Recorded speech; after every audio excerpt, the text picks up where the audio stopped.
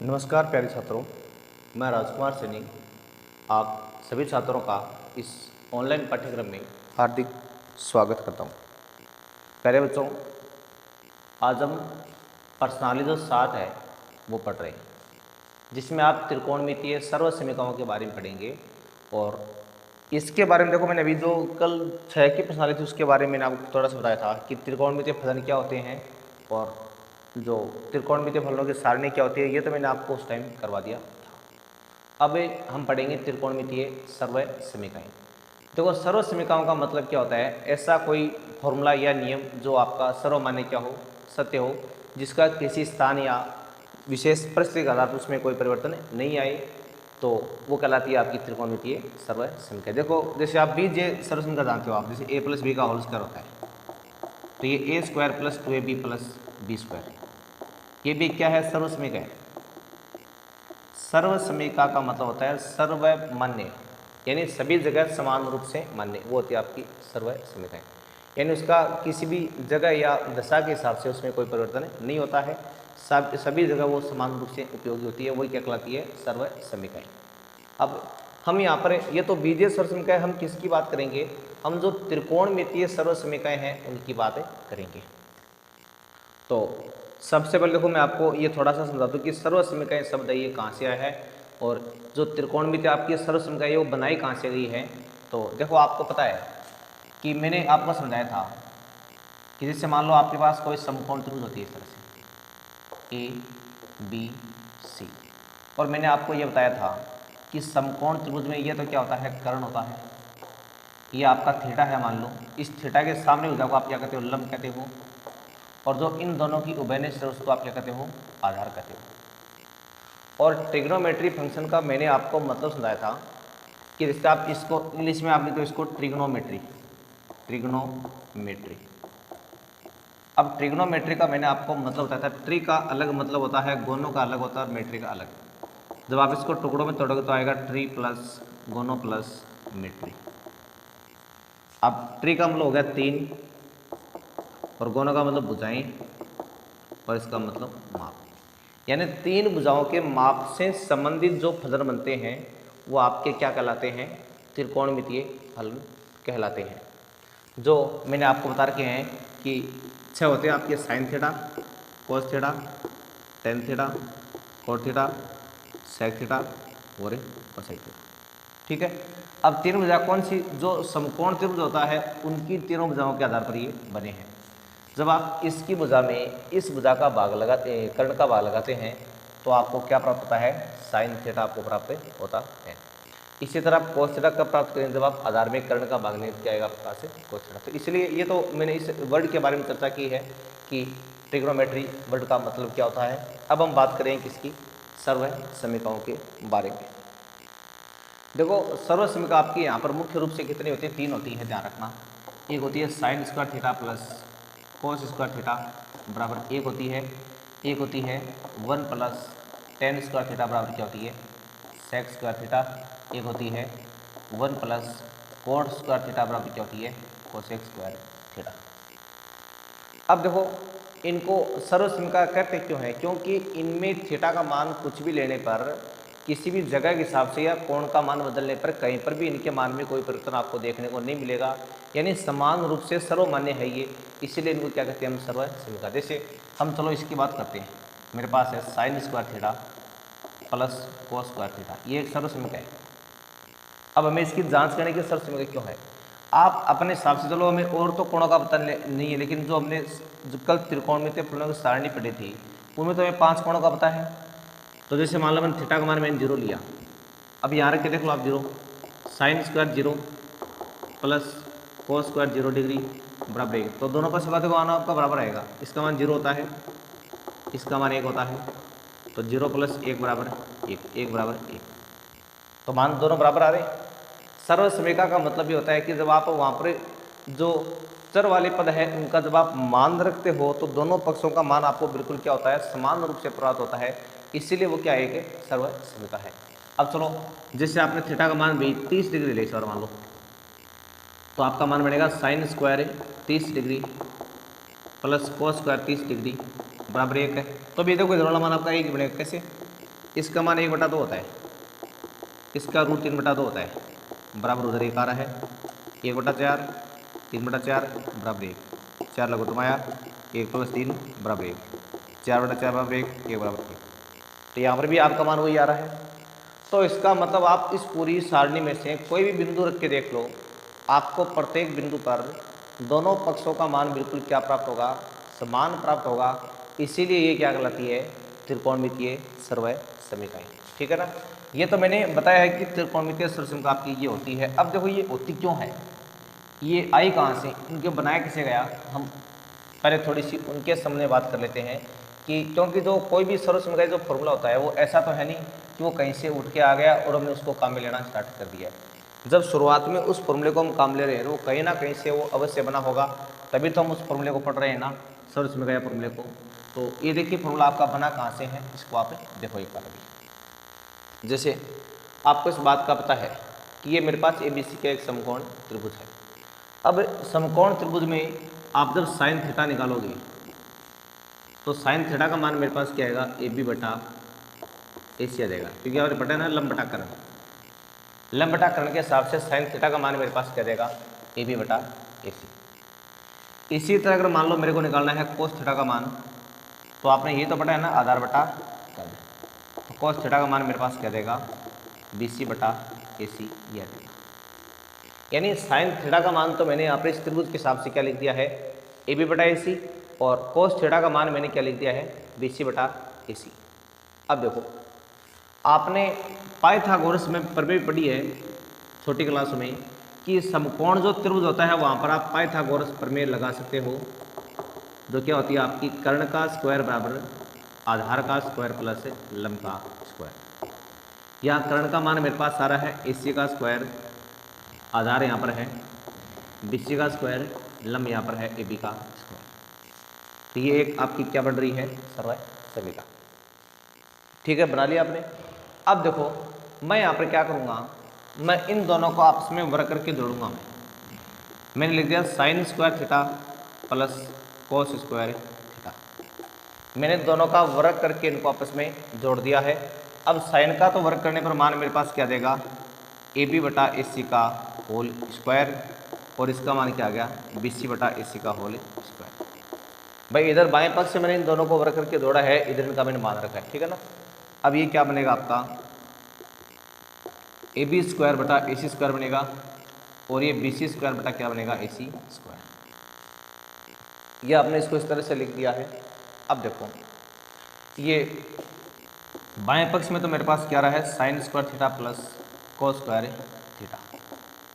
अब देखिए जो दायां पक्ष है उसमें आपको क्या प्राप्त हो रहा है, यहाँ पर देखो मेरे पास AC² आ रहा है लघुत्तम इसका, और ऊपर मान इसका आ जाएगा AB² प्लस BC²।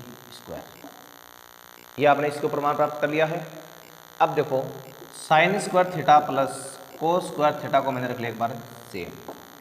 अब देखो इन दोनों का मान आपका जब प्लस में होता है तो क्या होता है, यहाँ पर देखो AC² इसका मान वो होता है, तो यहाँ पर भी आप AC² करोगे, अपोन में भी क्या रहा है, AC²। तो ये तुम्हारा मेरे पास sine square theta cos square theta बराबर 1। ये आपने जो पहली सर्वय समीकरण है वो आपने देख ली है कि हमने किस तरह से सर्वय समीकरण नंबर 1 को बनाया है। तो इस तरह से आप इस सर्वय समीकरण को बना सकते हैं। अब देखो बाकी जो आपकी दो सर्वय समीकरण और है वो किस आधार पर बनी है, कैसे बनी है, उनको आप वो देखिए। क्योंकि जब पहले ये सर्वय समीकरण साइन कोस वाली बनी है और उसके बाद में वो दोनों इसी के आधार पर सर्वय समीकरण आपकी बनाई गई है। अब देखो वो दोनों कैसे बनाई गई हैं उनके बारे में आप देखिए। उसके बारे में आपको देखना है कि जैसे आपको अभी पता लगा है कि साइन स्क्वायर जो थीटा होता है प्लस कोस स्क्वायर थीटा होता है, उन दोनों के वर्गों का योग क्या होता है, 1 होता है। ठीक है। अब मैं यहाँ पर क्या करूँगा, मैं एक बार अंत जो बायां और दायां पक्ष दोनों है इनमें मैं कोस स्क्वायर थीटा का भाग दूंगा मैं। तो मैंने लिख दिया दोनों पक्षों में कोस स्क्वायर थीटा का भाग देने पर, और जैसे आपने लिखा है इनमें भाग देने का प्रक्रिया, तो यहाँ पर भी बट्टे में आ रहा है कोस स्क्वायर थीटा, और यहाँ पर भी बट्टे में क्या आ रहा है, 1/कोस स्क्वायर थीटा। लगा दिया भाग। अब इन दोनों में आप ऐसा करो, अलग अलग भाग लगा दो इसको, और इसमें भी आप इसमें भाग लगा दो अलग से, और उधर आ रहा है मेरे पास 1/कोस स्क्वायर अब देखिए, आप इसको ऐसा भी तो लिख दोगे साइन बटा कोस का होल स्क्वायर, क्यों दोनों का होल स्क्वायर है ना, ऐसे बना दोगे आप इसको। इसमें आपका भाग गया एक बार, और ये आप क्या लिख दोगे इसको, एक बटा कोस थीटा का होल स्क्वायर, इसको भी आप ऐसा लिख सकते हो। अब देखो साइन बटा कोस क्या होता है, टेन होता है, यहाँ पर आ गया मेरे पास टेन थीटा का होल स्क्वायर प्लस में एक, और ये क्या होता है आपका सेक होता है, तो ये आ रहा है सेक थीटा का होल स्क्वायर। तो मान आपका आ गया टेन स्क्वायर थीटा प्लस एक बराबर आ रहा है किसकी, सेक स्क्वायर थीटा के। तो ये आपने बना दी है सर्वसमीकरण नंबर 2। तो ये भी आपकी कोई अलग से नहीं आई है, जो पहली सर्वसमीकरण है उसी के आधार पर आपने क्या बनाई है, सर्वसमीकरण नंबर 2 आपने बनाई है। अब देखो तीसरी सर्वसमीकरण है वो कैसे बनाई गई है, उसके बारे में आप और देखिए।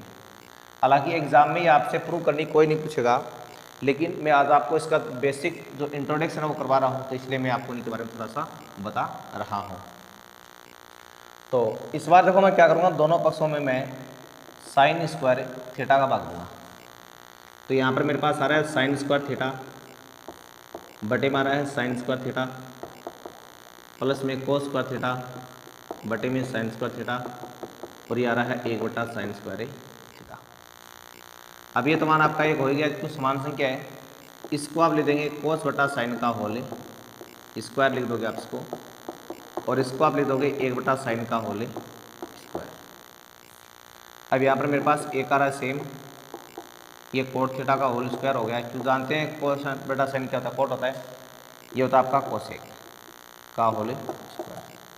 तो आपके पास मान आ गया है एक प्लस कोट स्क्वायर थीटा किसके बराबर आएगा, कोसेक स्क्वायर थीटा के बराबर।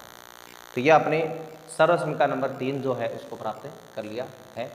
अब ये आपकी कुल 3 सर्वसमीकरण हैं जो मैंने आपको प्रूव करके बता दी है, बाकी बातें आपको ध्यान में रखनी है।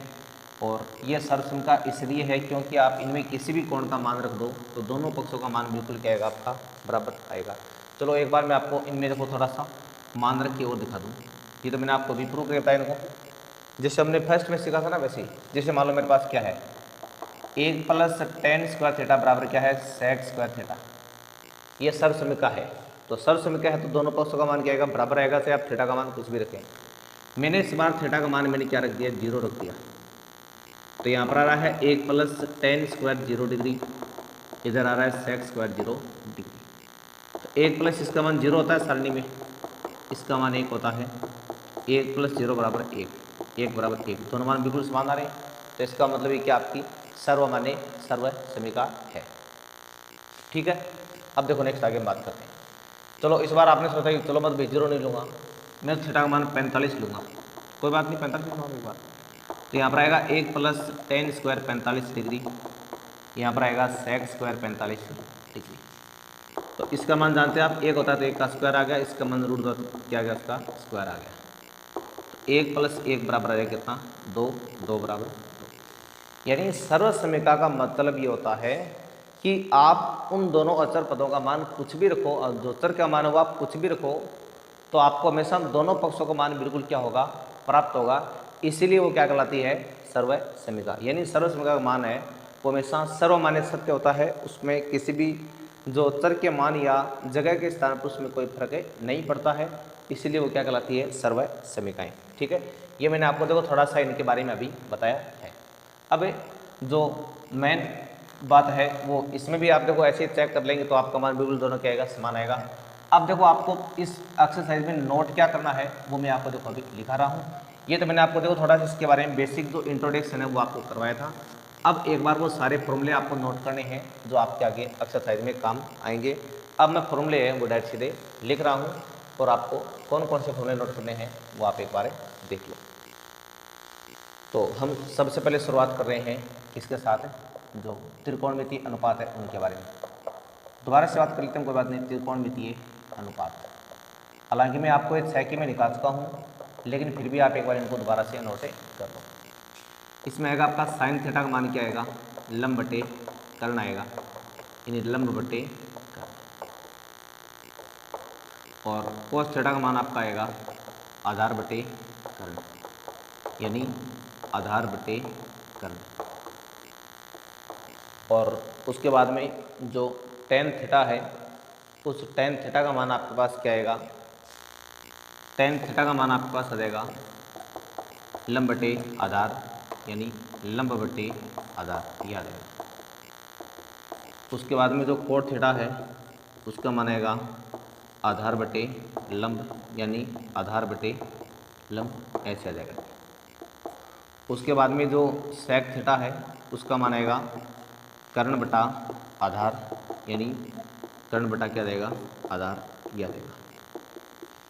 उसके बाद हम बात करें किसकी, कोसेक थीटा की, जो होता है कर्ण बटा लंब, यानी कर्ण बटा क्या देगा लंब आ जाएगा। तो ये तो आपने क्या लिख दिए हैं, इनके दो 6 फॉर्मूले हैं वो आपने लिख दिए हैं। हालांकि ये फॉर्मूले मैं आपको पहले 6 की प्रसारी में लिखा चुका हूँ, लेकिन फिर भी मैंने एक बार इनको दोबारा से रिपीट करवाया है। इसमें जो आप ट्रिक लिखना, मैंने ट्रिक आपको बता कि ये बाकायदा इसमें आपको लाल बट्टे कक्का वर्ड याद रखना है, लाल बट्टे कक्का। लाल बट्टे कक्का का मतलब क्या होता है, ये जो पहले वाला है ना, ये बनेगा साइन का फॉर्मूला, और ये बनेगा कोस थीटा का फॉर्मूला, और ये बनेगा आपका टेन थीटा का फॉर्मूला। फिर ये बनेगा कोट थीटा का, उल्टा कर देंगे आप इसको।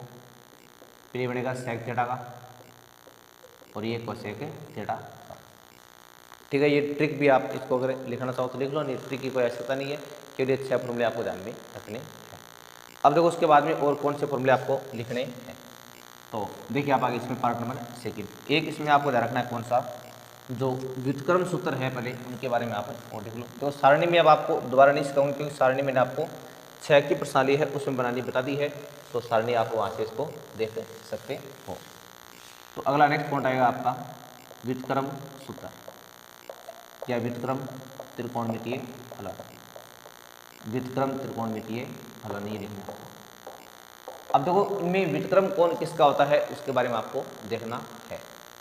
जो साइन थीटा होता है वो हमेशा कोसेक थीटा क्या होता है व्युत्क्रम होता है, और जो कोसेक थीटा होता है वो साइन थीटा का व्युत्क्रम होता है, और कोस थीटा है वो सेक थीटा का व्युत्क्रम होता है, और सेक थीटा है वो कोस थीटा का व्युत्क्रम होता है, और टेन थीटा है वो कोट का व्युत्क्रम होता है, और कोट थीटा है वो किसका होता है टेन थीटा का व्युत्क्रम। तो ये तो आपके हो गए व्युत्क्रम त्रिकोणमितीय फलन। इसमें अब आपको साथ में एक फॉर्मूला और याद रखना है, कौन सा, यानी इसके बाद में आपको लिखना है पूरक त्रिकोणमितीय फलन। पूरक फलन कौन से होते हैं वो देखो आप, पूरक त्रिकोणमितीय फलन।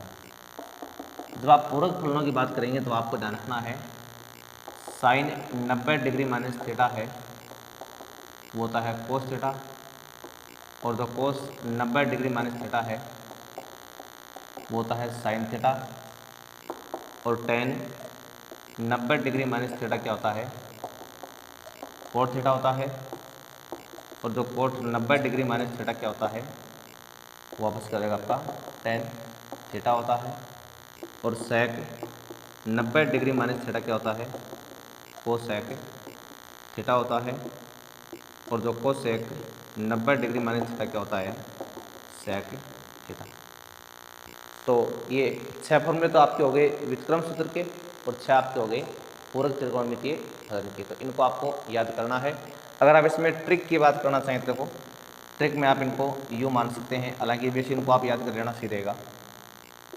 जैसे साइन, कॉस, टेन, कोट, सेक और कोसेक, यानी आपके पास ये 6 त्रिकोणमितीय फलन है। इनको एक बार आपने क्या लिख दिया क्रम से लिख दिया है, ठीक है ना।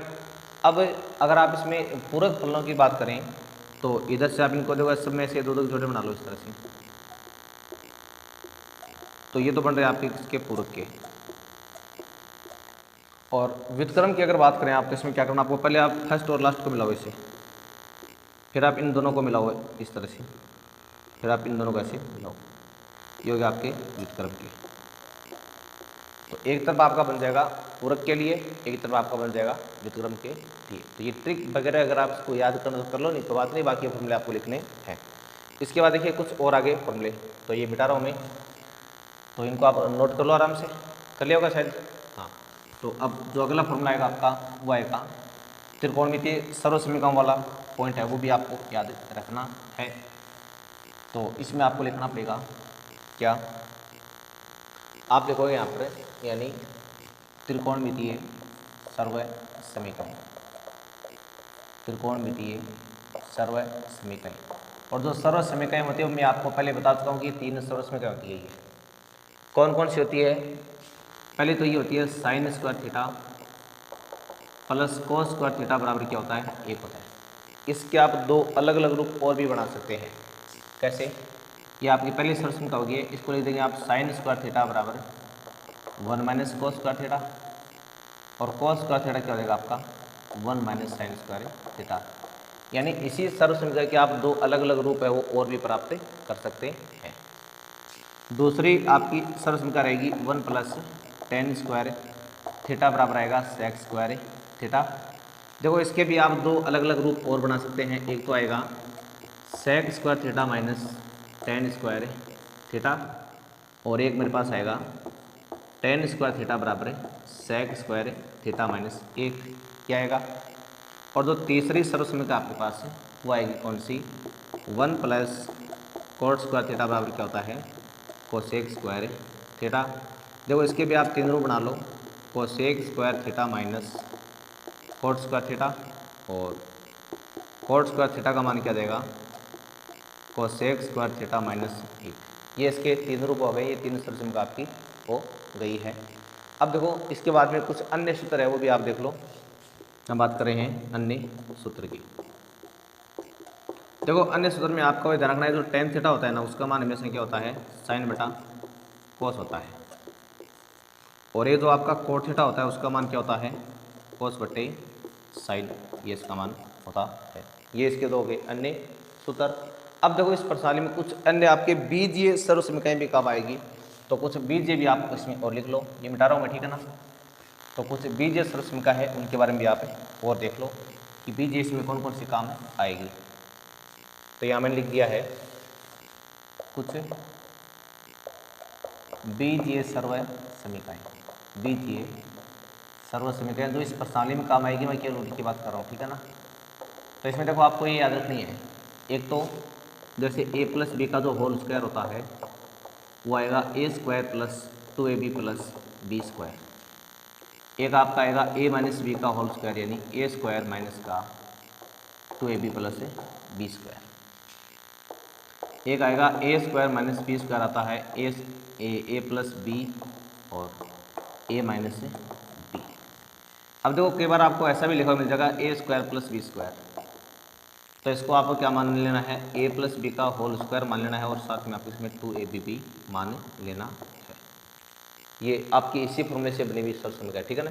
मैं इन दोनों को याद रखूँगा तो इधर कहीं इसमें से घट जाएगा, ठीक है। तो ये आपको ध्यान में रख लेना है। इसके अलावा आपको देखो याद रखना है जो ए प्लस बी का होल क्यूब होता है वो होता है a cube plus b cube plus 3ab a plus b. एक जो आपका ए माइनस बी का जो होल क्यूब होता है वो होता है a cube minus b cube minus में 3ab ए माइनस बी। और उसके बाद में आपको एक जो a cube minus b cube का फॉर्मूला याद रखना है जो होता है a minus b a square plus a b plus b square. एक आपको a cube plus b cube का भी फॉर्मूला याद रखना है जो होता है ए प्लस बी और a square minus a b plus b square. तो ये कुछ बीजीय सर्व समीकरण हैं जो आपको ध्यान में रखनी है। तो ये थे आपके इसके जो टॉपिक के मुख्य मुख्य फॉर्मूले जो आपको ध्यान में रखने हैं। अब देखो कोई भी सर्व समीकरण हल करते हैं तो उसका देखो हालांकि कोई निश्चित नियम नहीं है, मैंने अपनी तरफ से एक छोटा सा नियम बना रखा है कि जब आप कोई भी सर्व समीकरण को हल करें तो उसके लिए आप कुछ स्टेप है अगर आप उनको फॉलो करेंगे तो आपका सवाल हो सकता है आपको थोड़ा ईजी लगने लग जाए, क्योंकि वैसे ही थोड़ा मुश्किल टॉपिक है। तो मैं आपको इसमें कुछ थोड़ा सा टिप्स बता रहा हूँ, वो टिप्स अगर आप फॉलो कर लेंगे तो आपको यानी त्रिकोणमितीय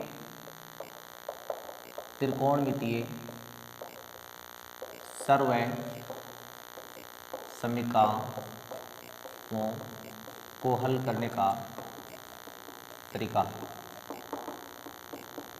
तो उसमें आपको मैं कुछ टिप्स दे रहा हूँ, हालांकि ये तरीका आपके कोई बुक में नहीं लिखा हुआ है, ये बिल्कुल मैंने अपने आधार पर एक छोटा सा नियम बना रखा है। अगर आप इस नियम को फॉलो करेंगे तो आराम से आपको भी इस किस्म को आराम से हल कर सकते हो। इसमें फर्स्ट रूल आपको याद रखना है, यानी सीधे सर्वसम्मिका का प्रयोग करना यदि लागू हो। पहले आपको सीधे कोई सर्वसम्मिका का प्रयोग करना है यदि लागू हो तो। पॉइंट नंबर 2 में बात याद रखना है, प्रत्येक फलन को साइन थीटा या कोस थीटा में बदलना। अब देखो साइन थीटा कोस थीटा को बदलने का तरीका मैं यहाँ लिख देता हूँ, अलग से क्या तरीका रहेगा। अगर साइन थीटा कोस थीटा दोनों खुद आ रहे हैं तो इसमें आपको हमेशा नो चेंज याद रखना है, इनमें आपको कोई प्रकार का परिवर्तन नहीं करना है। और अगर टेन थीटा है तो उसको क्या लिखना, आपको साइन बटा कोस की फॉर्म में लिखना है। और अगर कोट थीटा है तो क्या लिखना, आपको कोस बटे साइन। और आपके पास अगर मान लो कि सेक थीटा आ जाए तो उसका तरीका होता है 1 बटा कोस थीटा, और कोसेक थीटा उसकी क्या लिखना, आपको 1 बटा साइन थीटा। ये आपकी इसी स्टेप में शामिल है ये बात है, यानी प्रत्येक फलन को साइन कोस में बदलना। जैसे मैंने लिखा है वैसे आप इनको बदल सकते हो। इसके बाद में थर्ड स्टेप में क्या करना आपको, यानी बिनों का जोड़ बाकी या गुणा को हल करना। और चौथे स्टेप में याद रखना है, पुनः उचित सर्वसम्मिका के